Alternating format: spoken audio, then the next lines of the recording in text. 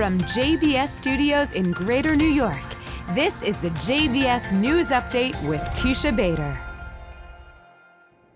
I'm Teisha Bader with the JBS News Update for Monday, July the 31st, 2017.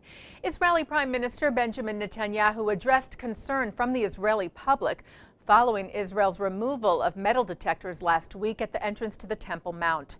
As we have been reporting to you for the last few weeks, the holy site and its surrounding area has been the scene of protests since the terror attack on July the 14th, in which 2 Israeli police officers were murdered. And metal detectors were then installed a few days later, causing violent clashes between Muslim worshippers and Israel police, as well as condemnation from Muslim leaders, which led to Israel removing the security measures last week. Netanyahu told his cabinet meeting yesterday that the decision to remove the metal detectors was a difficult one, but a necessary one. He said, "I understand the feelings of the public. I also understand the duty of leadership, of those who sit in this chair and shoulder the ultimate responsibility for the security of Israel, and that is how I act."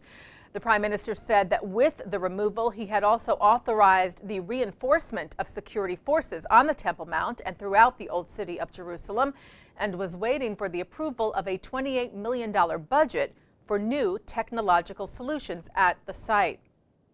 Security in Jerusalem's Old City continues to be high, especially with the thousands of Jewish worshippers expected to gather tonight at the Kotel, the Western Wall, in observance of Teisha Bader, which commemorates the destruction of the first and second temples in Jerusalem. Ynet reports that a senior Palestinian official indicated that security coordination with Israel would return to normal after the removal of the security measures.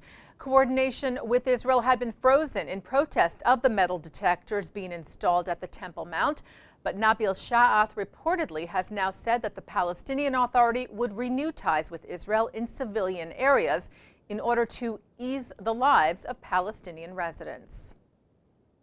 A court in Austria sentenced a member of terror group Hamas to life in prison after Austrian and Israeli authorities found evidence that he was planning attacks in Israel. The unnamed 27-year-old terrorist is accused of trying to recruit Hamas operatives in the West Bank in order to carry out grenade attacks in Israel.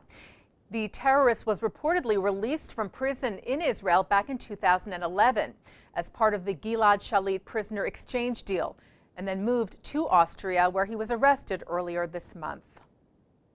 And Amnesty International is calling on Hamas to release 2 Israeli citizens the terror group is holding in Gaza.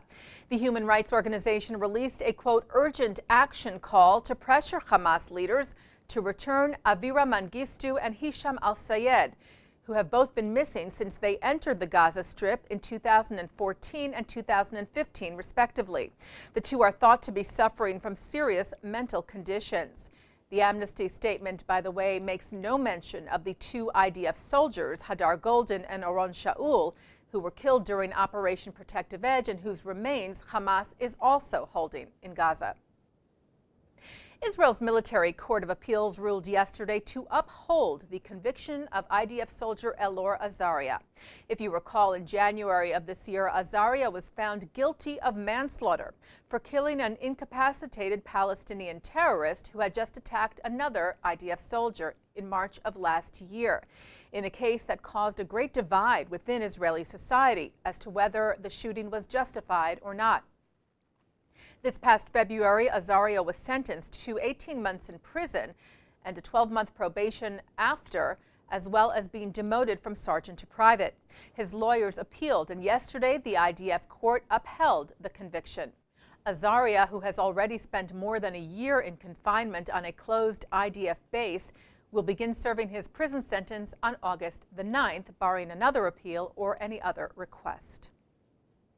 Well, Israel is gearing up for the launch of its first environmental research satellite. According to the Israeli space agency, Venus, which is an Israeli-French joint satellite, is scheduled for liftoff early Wednesday morning from the Guiana Space Center in Kourou, French Guiana.